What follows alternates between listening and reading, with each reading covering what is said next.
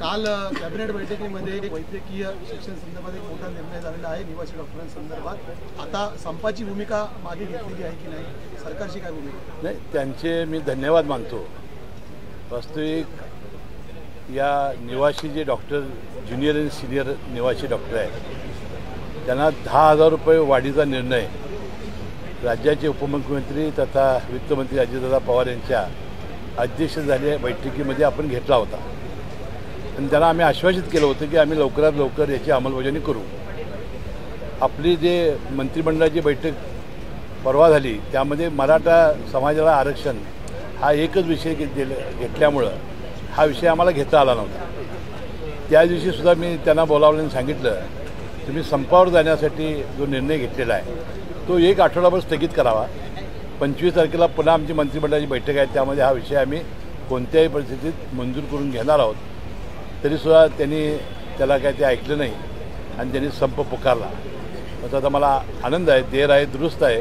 काल हा 10,000 रुपये आपण त्यांना वाढीव स्टायपेंड देण्याचा निर्णय घेतला आणि तो मान्य करून त्यांनी संप मागे घेतला। मी त्यांचे धन्यवाद मानतो।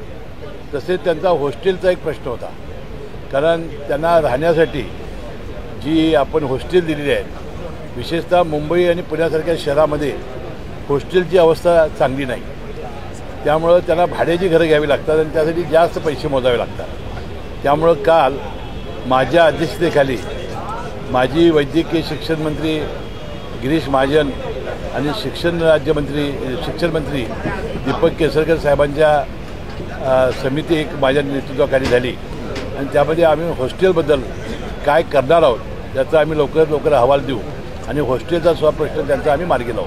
सर, पण याला काय टाइम बाउंड ठेवला का? कारण इतक्या वर्षांपासूनचा हा प्रश्न आहे। फक्त 3,000 हॉस्टेल्स आहेत, 8,000 निवासी डॉक्टर आहेत। आता काय झालं आहे की नवीन जिथं आता आम्ही महाविद्यालय आणि हे बांधतोय हॉस्पिटल्स त्यामध्ये हॉस्टेल्सचं आपण आता त्याची व्यवस्था केलेली आहे। म्हणजे नवीन आता जिथं शासकीय वैद्यकीय महाविद्यालय होतील तिथं आता हॉस्टेलचा प्रश्न येणार नाही। परंतु जी जुनी आहेत त्या ठिकाणी मात्र आम्हाला टप्प्याटप्प्याने याची बांधकामं करावी लागतील। जी दुरावस्था झाली असेल ते दुरुस्त करावं लागेल आणि त्यांची चांगली व्यवस्था करून द्यावी लागेल आणि ते आम्ही निश्चितपणे करून देऊ।